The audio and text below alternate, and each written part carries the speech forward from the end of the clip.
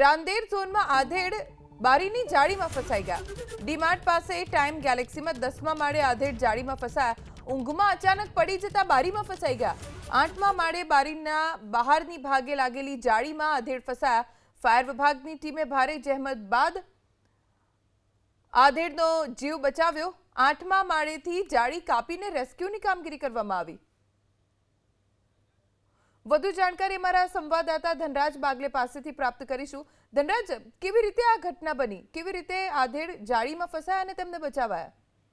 જી બિલકુલ, ઘટના રાંદેરના જહાંગીરાબાદ વિસ્તારની છે અને રાત્રિના સમય દરમિયાન ઊંઘમાં જ અચાનક નીચે પડી જતા આ ઘટના બનવા પામી છે। જો કે 8મા માળના બારીની બહાર જે છજ્જો લાગ્યો છે ત્યાં જે આધેડ હતો નીતિનભાઈ, તેનો પગ છે ગ્રીલમાં ફસાઈ ચૂક્યો હતો, જેને લઈને ફાયર વિભાગને જાણકારી આપવામાં આવી। કોલ મળતાની સાથે જ ડેપ્યુટી ચીફ ફાયર ઓફિસર સહિતના જે ટીમ છે એ ઘટના સ્થળે પહોંચી હતી। જહાંગીરપુરા, પાલનપુર, અડાજર ફાયર સ્ટેશનના જવાનો છે ઘટના સ્થળે પહોંચીને ત્યારબાદ બચાવ કામગીરી હાથ ધરવામાં આવી હતી। નીતિનના બચાવ અને રેસ્ક્યુની કામગીરી આરંભવામાં આવી હતી। ખાસ કરીને જમીનના ભાગે સેફટી નેટ પકડીને કર્મચારીઓ ઉભા રાખવામાં આવ્યા હતા અને 8મા માળેથી જાળી કાપીને રેસ્ક્યુની કામગીરી કરવામાં આવી હતી।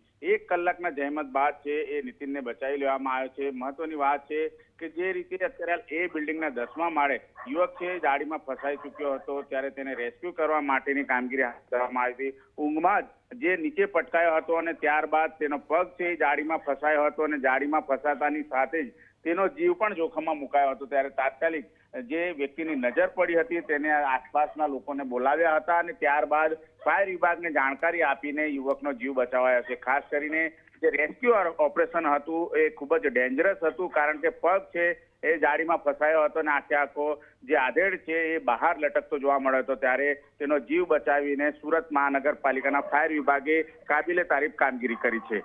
જી ધનરાજ, આભાર જાણકારી આપવા માટે।